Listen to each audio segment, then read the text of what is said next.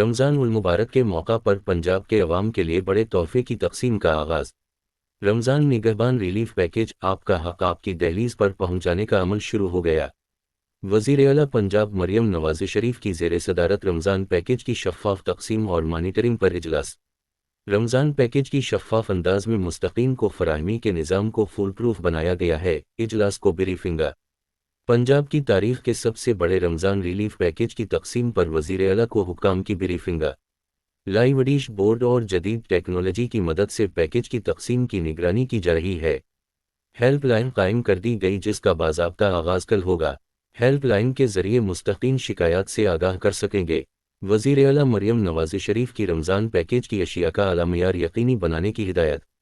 आटा, घी, चीनी समेत दीगर अशियाए खुर्दोनोश के मयार पर शिकायत बर्दाश्त नहीं करूंगी, वज़ीर आला की हिदायत।